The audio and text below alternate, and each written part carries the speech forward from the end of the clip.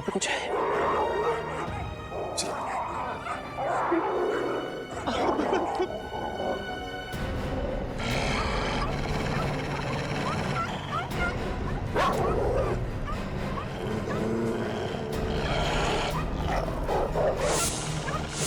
My God,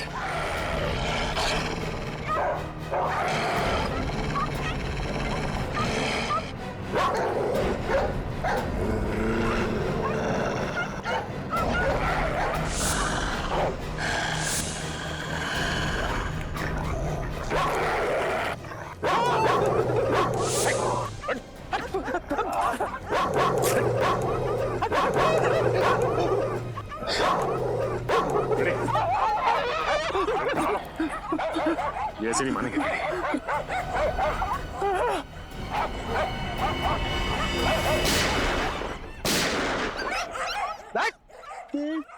ready से टक्कर।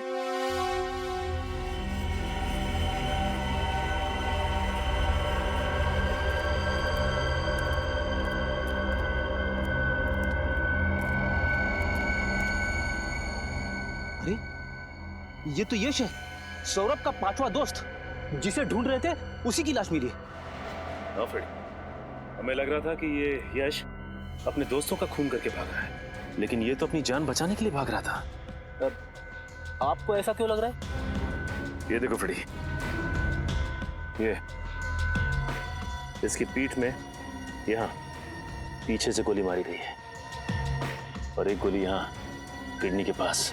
लेकिन एक बात समझ में नहीं आ रही है, ये सारे खून कर कौन रहा है? सर आइए।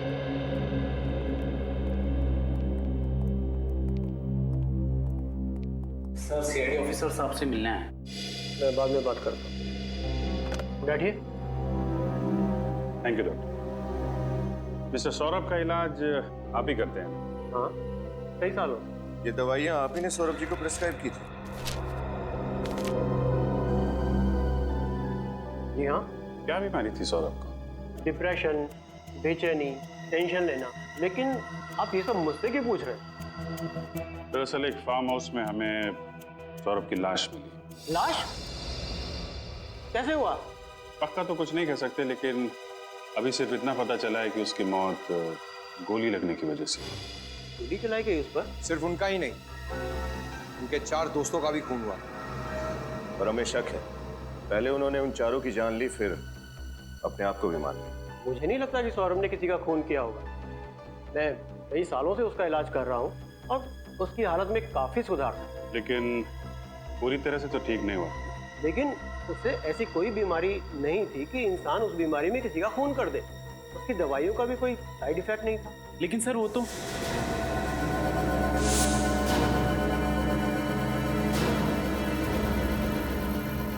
ठीक है डॉक्टर साहब, थैंक यू वेरी मच।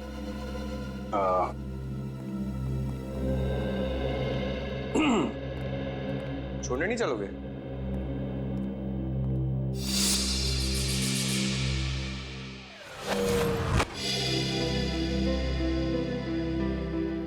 अरे यार, अंदर तुम कुछ कह रहे थे, फिर एकदम से चुप हो गए। क्या बात है? जरा खुल के बताओ। नहीं सर, मैं कुछ नहीं कह रहा था सर। देखो, सौरभ के बारे में जो कुछ भी जानते हो मैं बता दूं। देखिए सर, मुझे ये सब मामले में मत घसीटिए सर। मैं गरीब आदमी हूँ सर, मेरी एक बूढ़ी माँ है सर। कुछ नहीं होगा तुम्हें, ये मेरा वादा है। जो कुछ जानते हो सच सच बता दो।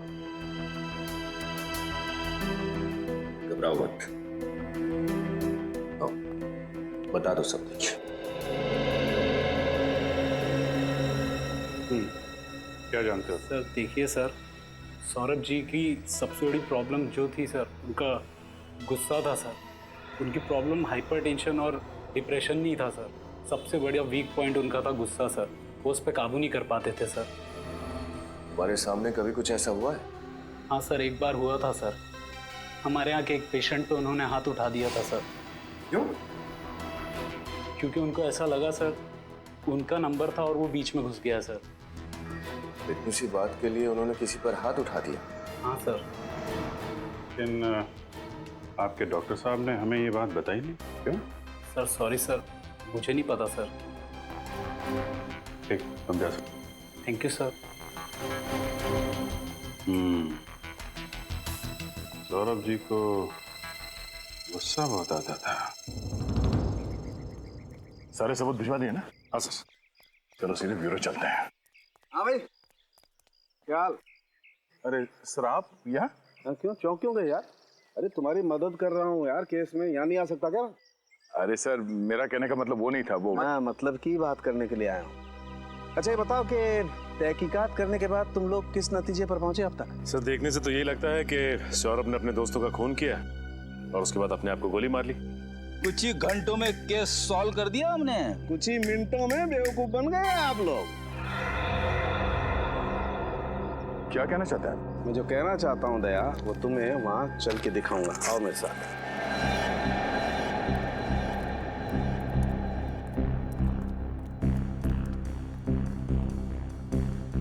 यही जगह है ना जहाँ पर सौरभ की लाश थी? हाँ सर, यहाँ पे। हाँ।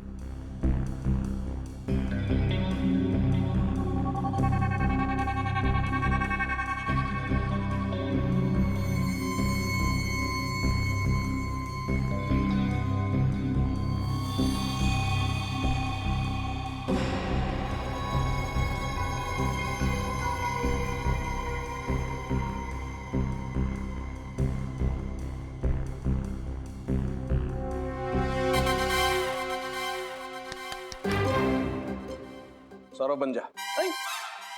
यानी कि मैं मर जाऊं? डॉक्टर साहब, मैं इतनी जल्दी मरना नहीं चाहता। अरे यार, ये आदमी हमेशा उल्टा ही क्यों सोचता है? मैं तुझे मरने के लिए नहीं कह रहा हूँ फ्रेडी, मैं सिर्फ ये कह रहा हूँ इस सोफे पर जैसे सौरभ की लाश मिली थी वैसे जाकर के बैठ जा।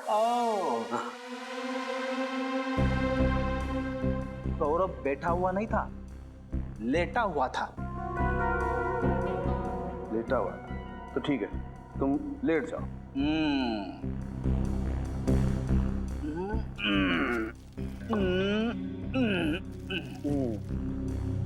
ऐसे ही लेटा हुआ था दया, ये पैर ऐसे ऊपर, हाँ, और गर्दन ऐसे पीछे पीछे की तरफ। ओह। अब दया, अगर किसी इंसान को अपने आप को गोली मारनी होगी तो स्वाभाविक रूप से उसे थोड़ा सा आगे की तरफ झुकना पड़ेगा। खड़े, आगे की तरफ झुक। अरे क्या मुसीबत है डॉक्टर साहब? अरे मुसीबत कुछ नहीं है, जो कह रहा हूँ कर, आगे झुकना। कैसे झुकूं? अटक जाऊंगा। अरे पैर नीचे कर यार। हाँ। ऐसे ऐसे, ये। अब जैसे सौरभ ने अपने आप को गोली मारी थी ना, वैसे गोली मार। लेफ्ट हैंड से नहीं, राइट हैंड से। सौरभ लेफ्ट हैंडेड था। नहीं, सौरभ राइट हैंडेड था। वो राइट हैंडेड था, ये आपको कैसे पता चला? दया, मैंने सौरभ का ड्रिंक का ग्लास अच्छी तरह से चेक किया है। उस पे जितने भी फिंगरप्रिंट्स हैं सौरभ के, वो सब राइट हैंड के। इसलिए मैं कहता हूँ कि सौरभ राइट हैंडेड था। ऐसे कोई आदमी अपने आप को गोली मारेगा इस तरीके से बैठ करके, तो खोपड़ी से खून के छींटे जाएंगे वहां, इस तरफ, ऊपर की तरफ। लेकिन यहाँ तो खून के छींटे नहीं हैं, खून के छींटे हैं वहां, पीछे की तरफ। और वो तभी जा सकते हैं जब आदमी ऐसे लेटा हो और कोई उसे यहां से गोली मारे। पैरों से। सौरभ की लाश यूं पड़ी हुई थी। अब दया, मैंने अपनी पूरी जिंदगी में किसी इंसान को ऐसे लेट करके अपने आप को गोली मारते हुए नहीं देखा। इसका मतलब है सौरभ ने आत्महत्या नहीं की थी, उसका भी खून किया गया है। बिल्कुल, सौरभ का खून ही हुआ है, और किसी ने उसे तब गोली मारी है जब वो ऐसे पैर फैला करके आराम से सो रहा था।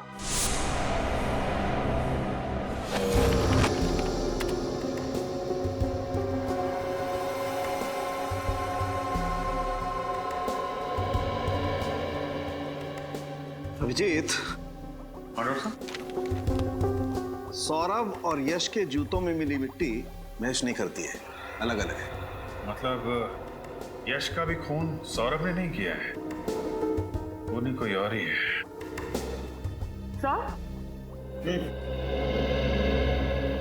फार्म हाउस में जो बाल मिला था उसकी डीएनए रिपोर्ट आ चुकी है। ये बाल किसी लड़की का है। वाह कारिका जी वाह, आप कुछ ना कुछ नया मोड़ लेके आती है केस में, कैसे कर लेती है? नमस्ते। नमस्ते नमस्ते न, क्या कारिका जी आप कुछ समझाती क्यों नहीं है? अरे मैं क्या, अच्छा छोड़िए, क्या क्या पता चला इसे डीएनए रिपोर्ट से? ये लड़की का डीएनए उन 5 मरे हुए लोगों में से एक आनंद के डीएनए से मैच करता है। आनंद के डीएनए से? यानी उसकी कोई रिश्तेदार? आनंद की तो सिर्फ एक ही रिश्तेदार है, उसकी बहन निशा। निशा? लेकिन सर जब निशा ब्यूरो में आई थी तब उसने बताया नहीं था कि वो भी फार्म हाउस गई थी। अपराधी अपने आप तो बोलेगा नहीं कि मैंने अपराध किया है, उससे सच उगलवाना पड़ता है। हाँ? अरे कुछ नहीं, मुझे थोड़ा सा टाइम लगेगा। हाँ, मैं बस थोड़ी देर में रेडी हो जाऊंगी और उसके बाद तुम्हारे पास पहुंचती हूँ। हाँ ऑफ कोर्स। अरे तुझे याद है लास्ट टाइम हम लोग गए थे, कितना मजा आया था। वो सब लोग इस बार भी आ रहे हैं ना? पक्का? ओह वाह, फिर तो बहुत मजा आएगा। अरे हाँ पापा, तुम लोग पहुंचो, मैं बस 5 मिनट में पहुंचती हूँ। कहाँ जा रही निशा जी? पहले 2-4 बातें हमसे कर लीजिए, फिर हम भी चलते हैं पार्टी में। पार्टी?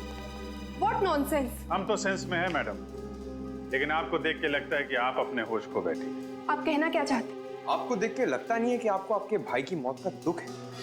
ऐसा लग रहा है कि आप पार्टी करने जा रही हैं। देखिए, ये मेरी निजी जिंदगी और मेरी निजी जिंदगी में मैं क्या करती हूँ क्या नहीं, इस बात से आप लोगों को कोई प्रॉब्लम नहीं होनी चाहिए। बिल्कुल नहीं मैडम, लेकिन अगर आप किसी और की जिंदगी के साथ खेल खेलेंगे तो हमें जरूर प्रॉब्लम होगी। लेकिन मैंने किया क्या है? सबसे पहले आपने हमसे झूठ बोला है कि आप उस रात सौरभ के फार्म हाउस में नहीं थी। मैं क्यों झूठ बोलूं? क्यों झूठ बोलेंगे ये आप बताइए, क्योंकि अगर हमने साबित कर दिया तो आपके लिए मुश्किल हो जाएगी।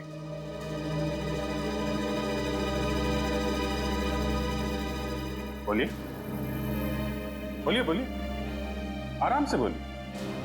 हम समझते हैं कि मुंह से सच निकलने को थोड़ा वक्त लगता है। लेकिन आपके पास सबूत क्या है इसका? फोरेंसिक रिपोर्ट है हमारे पास जो साफ साफ साबित करती है कि आप उस वक्त फार्म हाउस में थी।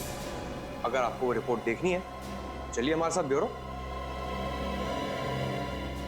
हाँ, मैं उस दिन फार्म हाउस गई थी, लेकिन इस खून से मेरा कोई लेना देना नहीं। हमें सब कुछ पता चल चुका है निशा जी। आपके भाई के साथ आपकी बनती नहीं थी, प्रॉपर्टी का केस चल रहा था, और उसकी मौत के बाद आपका रास्ता साफ हो गया और प्रॉपर्टी आपके नाम हो गई। हाँ, ये बात सच है कि मेरी और आनंद की बिल्कुल नहीं बनती। तो फिर आप वहां फार्म हाउस क्यों गई? क्योंकि सौरभ और बाकी लोगों ने मुझे फोर्स किया, कहने लगे कि इतने सालों के बाद मिल रहे तो तुझे आना ही होगा। मैं गई जरूर थी, लेकिन मैं थोड़ी देर बाद ही वहां से निकल गई। क्यों? क्योंकि उस रात आनंद और मेरा झगड़ा हुआ था और मेरा मूड ऑफ हो गया, तो मैंने वहां से जाना ही जरूरी समझा। ये बात आपने पहले क्यों नहीं बताई हमें? मैं डर गई। मुझे लगा कि अगर मैं आप लोगों को ये बात बताऊंगी तो आप लोग उल्टा मेरे ऊपर ही शक करने लगेंगे। वहां से निकलने के बाद आप कहाँ गए? उसके बाद मैं घर पे आकर सो गई थी।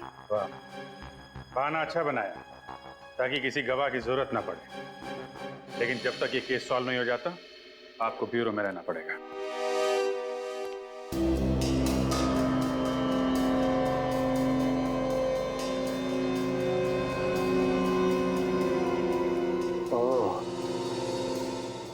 तारिका।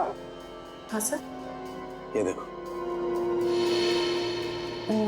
खून की छींटे सर? नहीं नहीं तारिका, ये खून की छींटे नहीं है, ये ऊपर से टपकी हुई खून की बूंदें हैं। मतलब? छींटे अगर होते हैं तो ऐसे फैल जाते हैं, लेकिन ये ऊपर से टपकी हुई खून की बूंद है। मुझे लगता है वो बच्चा उस हॉल में आया होगा और किसी चीज से या किसी लाश से टकरा के गिर गया होगा, और ये केन भी उसके हाथ से छूटकर जमीन पे गिर गई होगी, और खूनी के कहीं कोई जख्म होगा जिसमें से खून टपक रहा होगा। खूनी बाय द वे इस केन के पास आया और उसके जख्म में से 2 बूंदें खून की टपक के यहाँ लग गई। हम इस खून को चेक कर लेते हैं जैसे बाकी के खून का सैंपल लिया था, फिर मैच करके देखेंगे आखिर ये खून है किसका।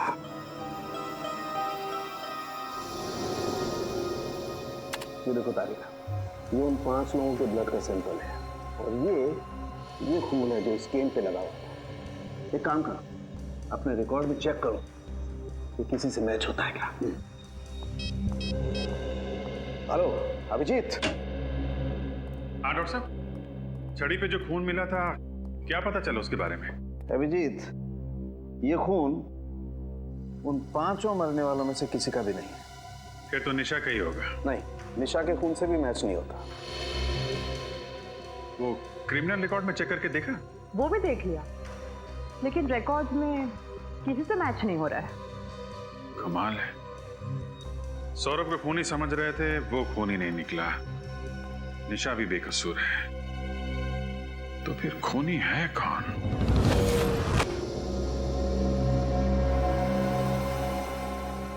एक बात तो पक्की है कि इन 5 में से किसी ने भी किसी को नहीं मारा और ना ही किसी ने आत्महत्या की है। सर, जिस किसी ने भी ये किया है उसे पहले से मालूम था कि ये 5 दोस्त उस फार्म हाउस में एक ही छत के नीचे मिलने वाले थे।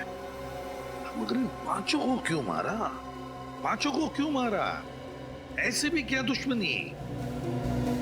सर, ये 5 कॉलेज के टाइम के दोस्त थे सर। मतलब जो कुछ भी हुआ कॉलेज में हुआ, पर अब इन 5 की मौत के साथ वो राज भी दफन हो गया। सर, सौरभ के माता पिता। नमस्ते, माफ कीजिए हमें, हम आप लोगों को थोड़ी तकलीफ दे रहे हैं। बात यह है कि आपके बेटे के खूनी तक पहुंचने के लिए हमें आपकी थोड़ी मदद चाहिए। क्या आपके बेटे का किसी के साथ कोई झगड़ा वगड़ा था? किसी से कोई दुश्मनी?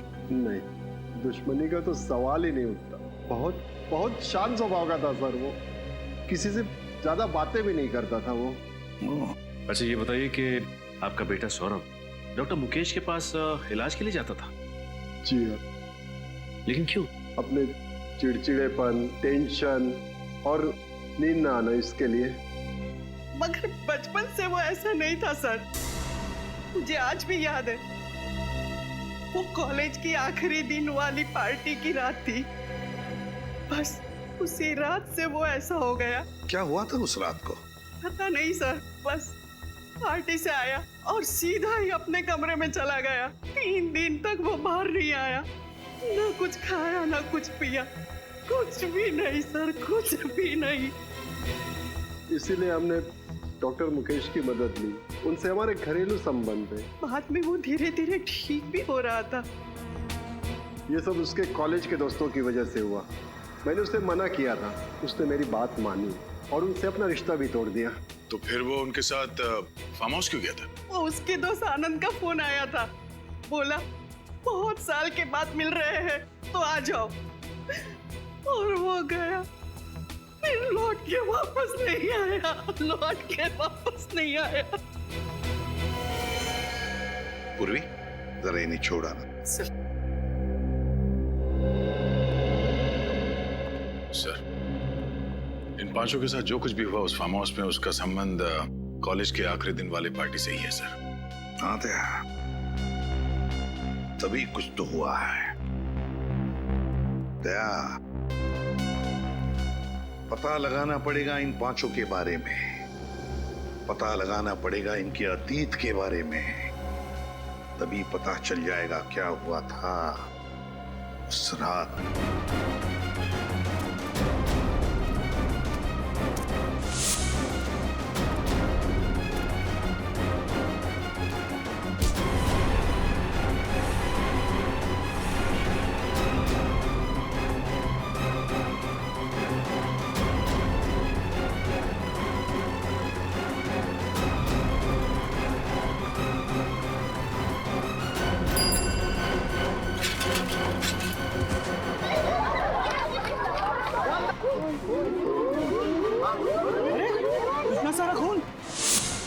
सीआईडी को बुलाना पड़ेगा।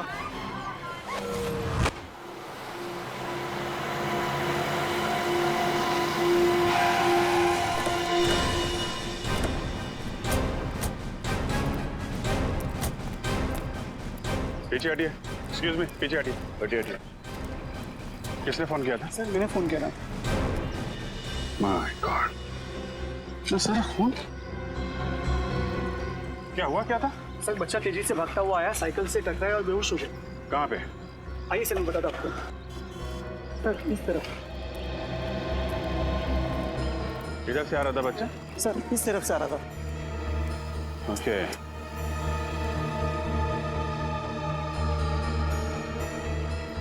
सर।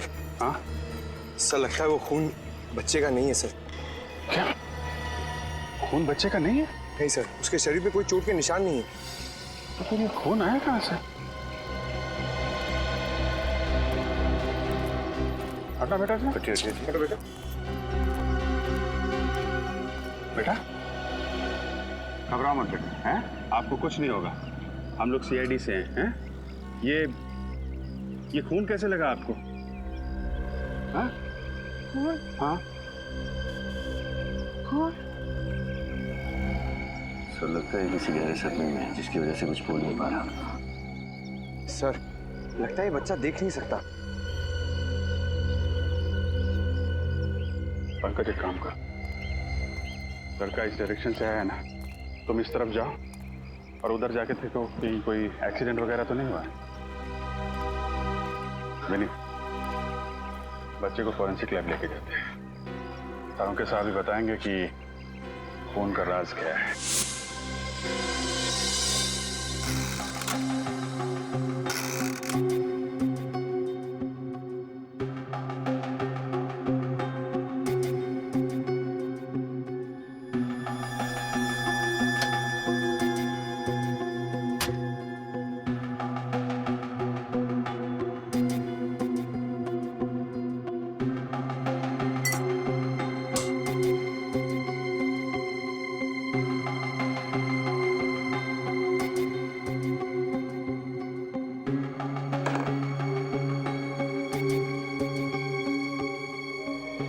करता हूँ सर, बच्चे की टी शर्ट पे पाया गया खून किसी इंसान का ना हो।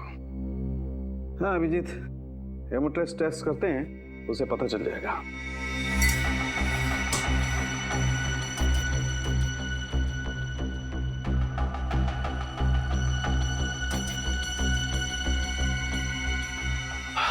सॉरी अभिजीत, तुम्हारा मनचाहा जवाब नहीं दे सकता।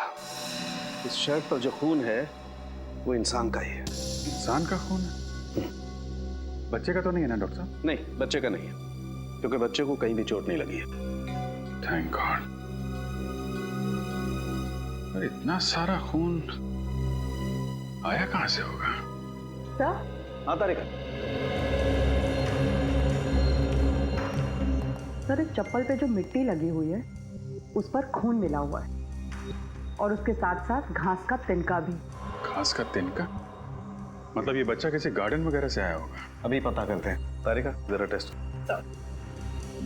सर। हाँ श्रेय? सर जिस जगह पर वो बच्चा मिला था मैंने आसपास का पूरा इलाका छान मारा, कहीं भी कोई हादसा या एक्सीडेंट नहीं हुआ है। हाँ? पुलिस स्टेशन से चेक किया? जी सर, पिछले 15 दिनों में किसी के भी लापता होने की खबर दर्ज नहीं कराई गई है। कमाल है, फिर ये बच्चा आया कहां से होगा? अभिजीत। हाँ डॉक्टर साहब? अभिजीत, इस शर्ट पर एक नहीं 3 लोगों का खून मिला है। क्या 3 लोगों का खून? माय गॉड, मतलब 3 लोग जख्मी हुए हैं या फिर मारे गए। अभिजीत। हाँ तारिका? अभिजीत इस मिट्टी में जंतु और कीटाणुनाशक दवाइयां मिली है। जंतु और कीटाणुनाशक दवाइयां? मतलब ये बात पक्की है कि बच्चा किसी खेत खलियान से ही गुजरा है। सर उस इलाके की छानबीन करते वक्त हमने वहां कुछ खेत और फार्म हाउसेस देखे थे। फार्म हाउस, घास का तिनका, जंतु और कीटनाशक दवाइयां, फार्म हाउस। वाह तारिका जी वाह, आपने तो हमारा काम आसान कर दिया।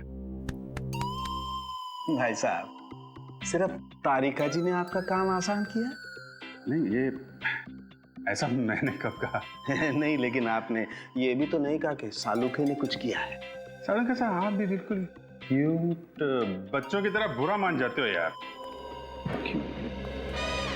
तारिका, ये अभिजीत मेरी तारीफ कर रहा था कि मेरी टांग खींच रहा था? अरे सर, आप भी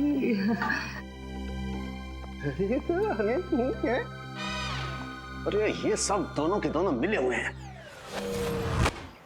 सर इतने सारे फार्म हाउस चेक किए, कहीं कुछ पता नहीं चला। हो सकता है यहाँ कुछ पता चल जाए।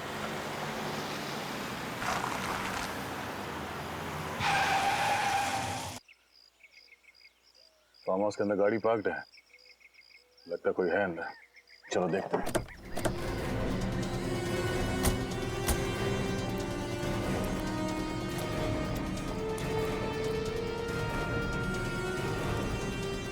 अंदर चल के देखते हैं।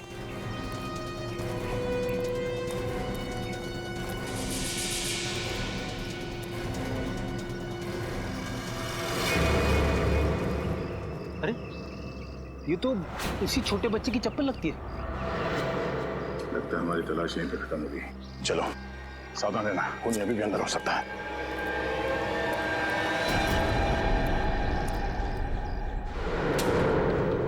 कोई है? हेल्प मी, बहुत दूर से आया हूं। Help me.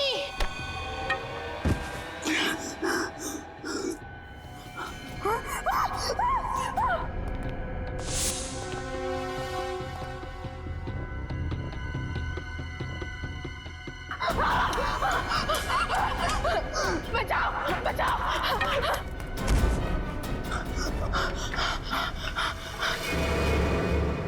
यहाँ पे कुछ भयानक हुआ है। देखो घर में कोई है क्या? चली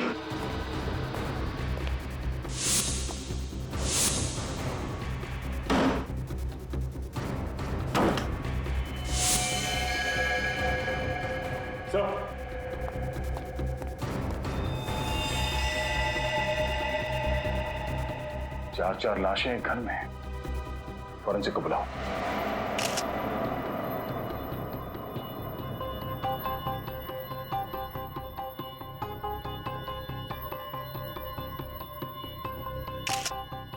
पीठ पर गोली लगी है। कम से कम 2-3 घंटे हुए होंगे इसे मरे। एक काम करो, इस घर की अच्छी तरह से तलाशी लो। एक भी सुराग छूटना नहीं चाहिए। ये है वो 2 लाशें।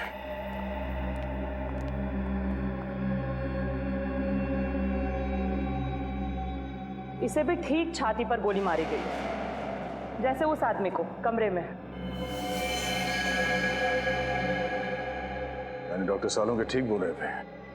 तो बच्चा यहाँ इन लाशों से टकराया होगा, जमीन पे गिरा और इन्हीं का खून उसके कपड़ों पे लग गया।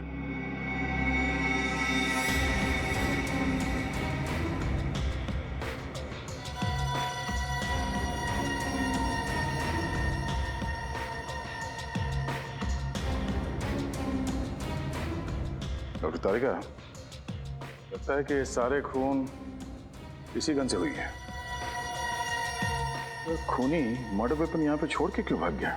मुझे तो लगता है कि इस आदमी ने खुद अपने आप पे गोली मारी है। इस आदमी ने अपने आप पे गोली मारी है?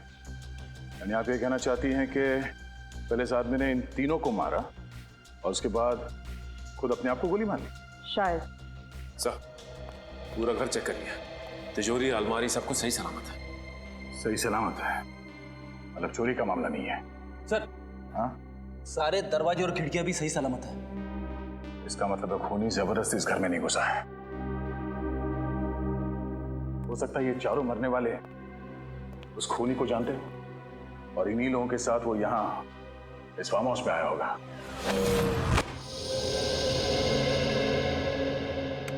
अरे क्या बात है डॉक्टर साहब, आज अकेले ही? क्यों, बहुत तकलीफ हो रही है? लैब अच्छी नहीं लग रही होगी, सूनी सूनी लग रही होगी। तारिका जी नहीं है ना? नहीं नहीं, मेरे वो मतलब नहीं था सर। अरे मैं जानता हूँ तुम्हारा मतलब यार, तुम बोलते कुछ और हो, तुम्हारे मन में कुछ और होता है। अरे सर, मैं इन चारों लाशों के खून के पीछे का मतलब जानने आया हूँ। आपको मालूम है तो बता दो बस। तुम मुझसे क्यों पूछ रहे हो भाई? जाकर के तारिका जी से पूछ लो, वो बता देंगी तुम्हें सब कुछ। सर आप तो बुरा मान गए।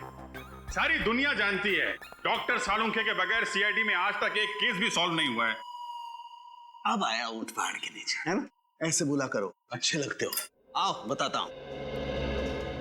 अभिजीत, ये जो चारों लाशें हैं, इनमें रायगर मोर्टिस अभी सेट होना शुरू हुआ है। लाशें अभी अकड़ना शुरू हुई हैं और मेरे ख्याल से इनकी मौत सवेरे 7 से 9 बजे के बीच में हुई है। और ये बैलिस्टिक रिपोर्ट क्या कहती है? गोली इसी गन से चली है। चारों की मौत इस गन से निकली हुई गोली से हुई है और इस गन पर खून के छींटे भी हैं। सर, किसका खून है ये? सौरभ का खून है। सौरभ को पॉइंट ब्लैंक रेंज से गोली मारी गई है, जिसकी वजह से सौरभ का खून इस पर भी आकर के लग गया है। और एक बात,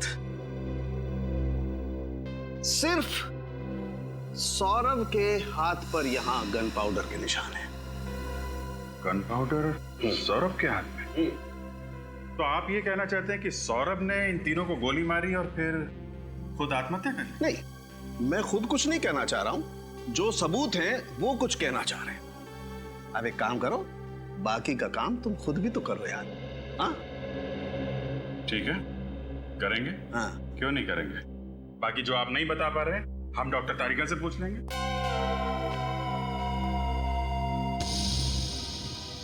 पूर्वी, इस सौरभ के पास से जो गन मिली थी उसके बारे में क्या पता चला? किसकी थी वो गन? वो गन इसी के नाम पे रजिस्टर्ड थी। वो गन सौरभ के नाम पर ही रजिस्टर्ड है। और फिर सालुंखे को जो गन पाउडर के ट्रेसेस मिले वो भी सौरभ की उंगलियों पर।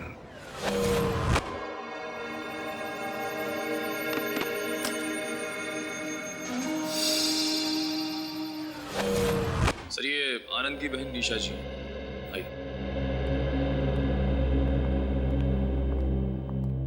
आइए निशा जी। देखिए, हम आनंद और उसके दोस्तों के बारे में कुछ जानना चाहते हैं ताकि हमें केस सॉल्व करने में मदद मिले। सर, ये सब लोग कॉलेज के दोस्त थे और बहुत सालों के बाद मिलने वाले थे, इसीलिए इन लोगों ने प्लान बनाया था कि सौरभ के फार्म हाउस पे जाएंगे। निशा जी, आपने आखिरी बार आनंद से बात कब की थी? आनंद से मेरी लगभग 1 हफ्ते पहले बात हुई थी, लेकिन हाँ, यश का 2 दिन पहले ही मुझे फोन आया था और उसी ने मुझे बताया कि ये लोग फार्म हाउस पे पार्टी करने जा रहे हैं। यश? ये यश कौन है? सर, यश भी उन लोगों का दोस्त है और ये सब लोग मिलकर उस दिन फार्म हाउस पर गए।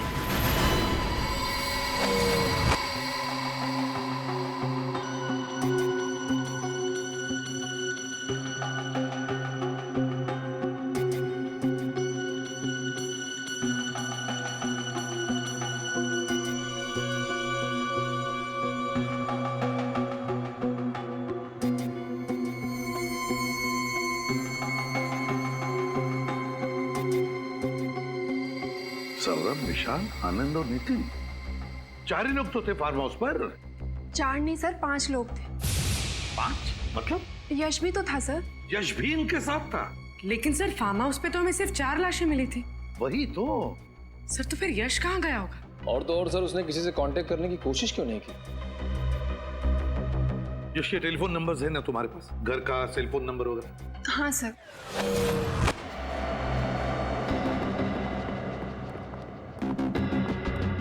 ये देखो, कोई सुराग मिला डॉक्टर तारिका? पता नहीं कितने काम का है, लेकिन थोड़ा अजीब जरूर है। क्यों? अजीब क्या है? इस बाल की लंबाई देखो।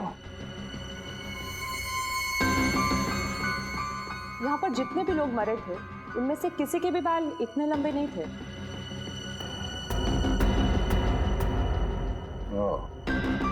इसका मतलब है इन चारों के अलावा कोई और भी था, या कोई औरत। अब ये तो इस बाल के डीएनए टेस्ट से ही पता चलेगा।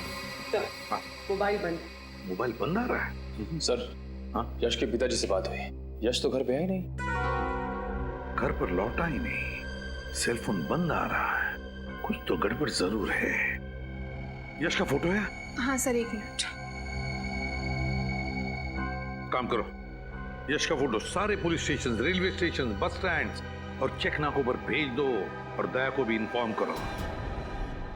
यश का मिलना बहुत जरूरी है, बहुत जरूरी है। सर, ये दवाइयां और प्रिस्क्रिप्शन लेटर मिला है। इस पे सौरभ का नाम लिखा है। सौरभ और प्रिस्क्रिप्शन दिया है डॉक्टर मुकेश ने। ये दवाई दिखाइए। ये दवाइयाँ तो अक्सर उन लोगों को दी जाती है जो डिप्रेशन और टेंशन के शिकार होते हैं। वाह, तो सौरभ को किस बात की टेंशन थी, अब वो तो ये डॉक्टर मुकेश ही बताएंगे।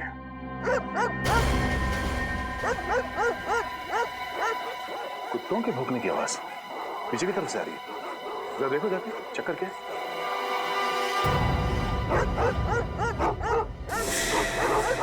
भौंकने की आवाज इधर से आ रही है, इस तरफ।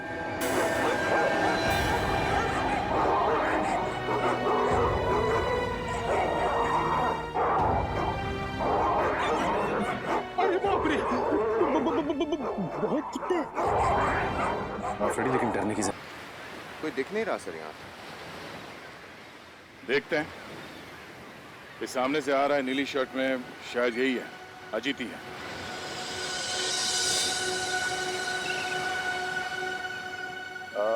मिस्टर अजीत। जी हाँ, आप लोग सीआईडी से? जी। कहिए सर, मैं आपकी क्या मदद कर सकता हूँ? हमें इन पांचों के अतीत के बारे में कुछ जानकारी चाहिए थी, इसलिए हम आपसे मिलने आए। जी हाँ, ये मेरे कॉलेज में थे, सेम बैच। इनमें सौरभ को मैं अच्छी तरह से जानता हूँ। कहिए सर, क्या हुआ? इन पांचों का खून हो गया है। खून? पांचों का एक साथ? आप इन्हें अच्छी तरह से जानते थे, तो क्या आप बता सकते हैं कि कॉलेज के आखिरी दिन में जो पार्टी हुई थी उसमें क्या हुआ था एग्जैक्टली?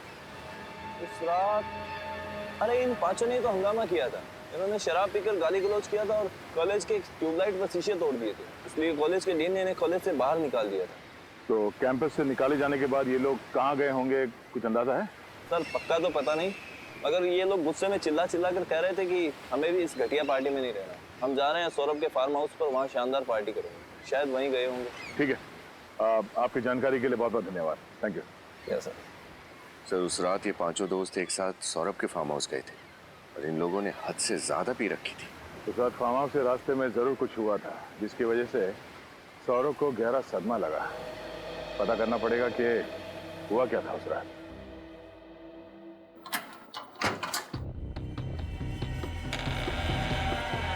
खूनी मेन दरवाजा खोलकर हॉल के अंदर आया,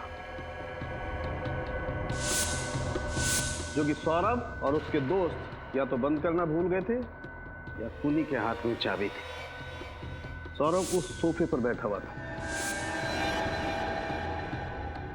खूनी सौरभ के पास आया, उसने सौरभ के हाथ में गन पकड़ा दी और सौरभ के हाथों से ट्रिगर दबा दिया ताकि गन पाउडर का निशान सौरभ के हाथों पर आ जाए।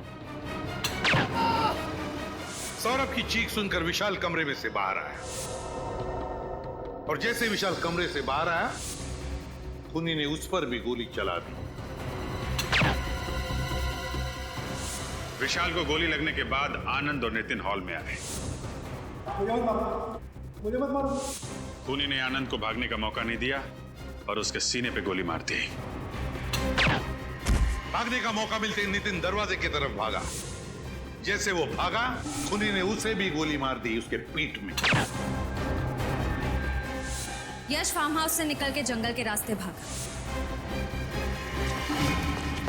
खूनी ने उसका पीछा किया और उसके पीठ पे और गुर्दे पे गोली चला दी।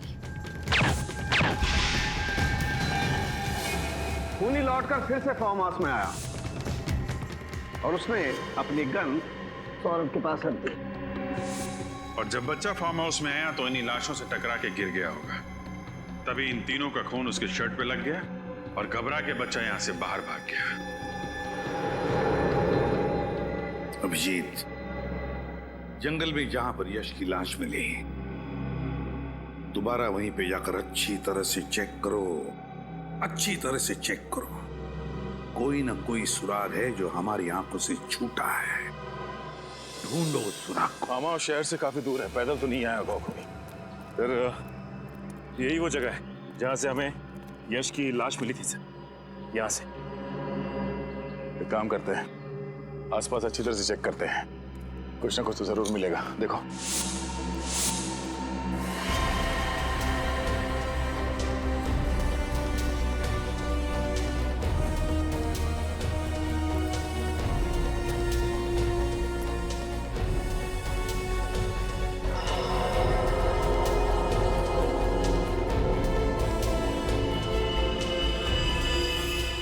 सर, ये देखिए सर, शर्ट का फटा हुआ टुकड़ा, इस पे खून लगा है। हाँ, इसका मतलब है खूनी यहां से भागा होगा और हड़बड़ी में उसका शर्ट इस झाड़ में फंस गया और उसे पता तक नहीं चला।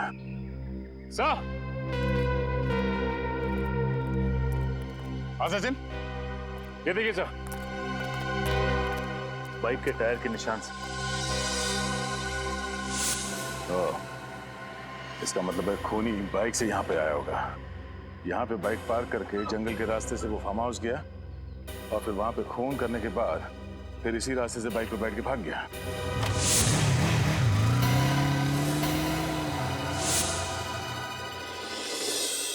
ओके। हाँ सर, उस कपड़े के टुकड़े से उसे पहनने वाले का पता चला? देखो दया, कपड़ा किसने पहना था, खूनी कौन है, ये ढूंढना आप लोगों का काम है। मेरा काम है जो सुराग और सबूत मिले हैं उनकी जांच करके हकीकत आप लोगों के सामने रख देना। तो सर फिर इस सुराग से क्या हकीकत सामने आई है? इस कपड़े पर सौरभ के खून के अंश पाए गए। ये कोयले का खान है यहाँ पे, फार्म हाउस के रास्ते पे। सर यानी कि ये खूनी कोयले की खदान में काम करता होगा या फिर उसके आसपास रहता होगा। सचिन, 5 दोस्तों की मौत हुई। उनके एक और दोस्त अजीत का कहना है कि कॉलेज की पार्टी के बाद वो 5 सौरभ की गाड़ी में फार्म हाउस जाने के लिए रवाना हुए थे और सर उसके अगले ही दिन ये आर्टिकल छपा था। जेपी मार्ग में हुई दुर्घटना, एक तेजी से आती कार ने राह चलते आदमी को टक्कर मार दी जिसकी जगह पे मौत हो गई। जेपी मार्ग तो ये फार्म हाउस के रास्ते पे पड़ता है। हाँ सर, और इन लोगों के निकलने के ठीक 45 मिनट बाद ये एक्सीडेंट हुआ था। सर हो सकता है कि ये सौरभ शराब के नशे में धुत होकर गाड़ी चला रहा और उसका एक्सीडेंट हो गया। हाँ, और इसीलिए उस हादसे के बाद वो गुमसुम हो गया और 3 दिन तक वो अपने कमरे से बाहर नहीं निकला। सो ये देखिए, इसमें यह भी लिखा हुआ है कि मरने वाले का 12 साल का बेटा इस एक्सीडेंट का चश्मदीद गवाह था, लेकिन गाड़ी चलाने वाला और उसके साथी वहां से भाग गए और कभी कानून के हाथ नहीं लगे। एक बात और सर, जिस आदमी का एक्सीडेंट हुआ था वो विजयनगर बस्ती में रहता था। विजयनगर बस्ती, और वो भी इस कोयले के खान के पास ही है।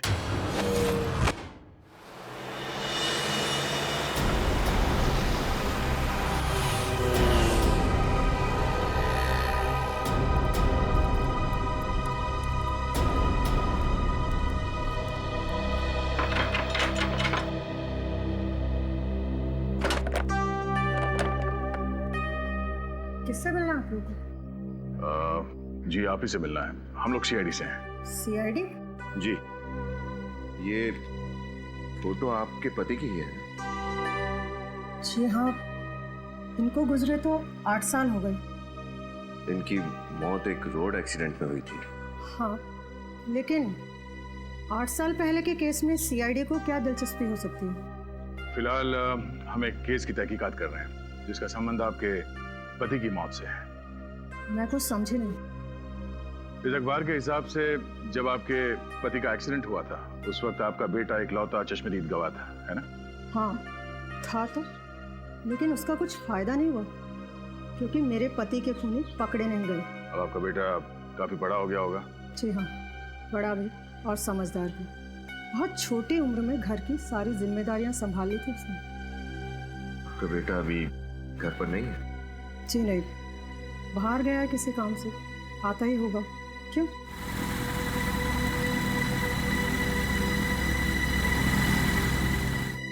ये लीजिए, आ गया मेरा बेटा। सीआईडी!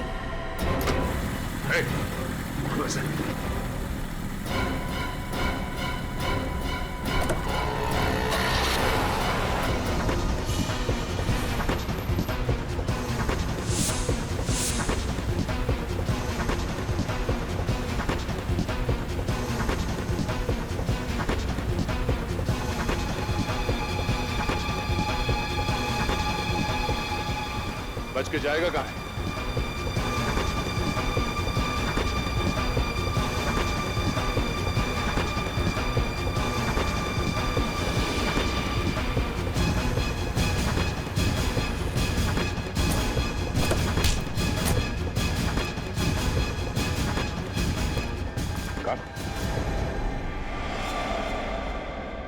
सर ये तो डॉक्टर मुकेश का असिस्टेंट है। हमारा इलाज नहीं करोगे? हाँ? रंजीत, डॉक्टर मुकेश का असिस्टेंट रंजीत, उन 5 लोगों का खून तुमने ही किया है ना? हाँ मैंने ही खून किया है, लेकिन मुझे इस चीज का कोई पछतावा नहीं है, क्योंकि उनको जीने का कोई हक नहीं था। क्योंकि उनकी वजह से तुम्हारे बाबा की एक्सीडेंट में मौत हो गई थी। हाँ? हाँ, मेरे बाबा ने मेरे आंख के सामने दम तोड़ा।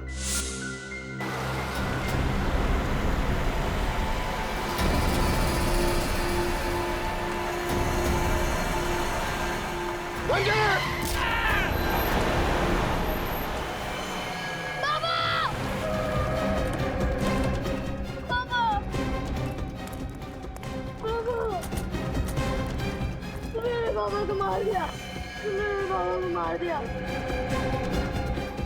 बाबा, बाबा।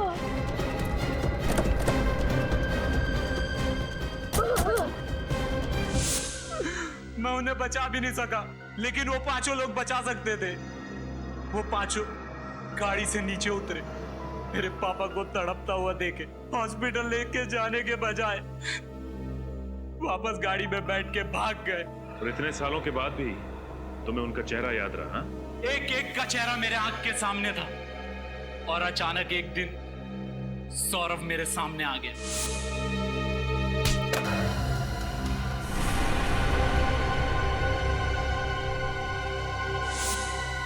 और मैंने उसे फौरन पहचान लिया और मैंने उसका पीछा किया। पीछा करने के बाद पता चला कि वो डॉक्टर मुकेश के पास अपना इलाज करवाता है। और इसीलिए बतौर असिस्टेंट तुमने डॉक्टर के यहाँ पे नौकरी कर ली?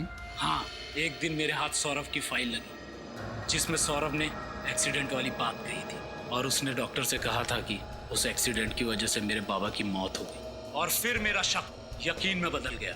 और फिर तुमने बदला लेने का प्लान बनाया? हाँ, मुझे पता चल गया कि ये 5 दोस्त फार्म हाउस पे मिलने वाले हैं, तो मैं इसलिए वहां पहुंच गया। और सुबह तक इंतजार किया कि कब सब सो जाएंगे और तुम अपना बदला ले लो। पर सौरभ की गन वो तुम्हें मिली कहाँ से? एक दिन पहले जब सौरभ क्लिनिक आया था, मैंने उसकी चाबी चुरा ली और फिर गाड़ी में से गन, फिर चाबी मैंने टेबल पे हिसाब से रख दी थी। सब कुछ प्लान के मुताबिक चल रहा था, फिर भी आप लोगों को पता चल गया। तुम्हें क्या लगा इतना आसान है सीआईडी को बेवकूफ बनाना?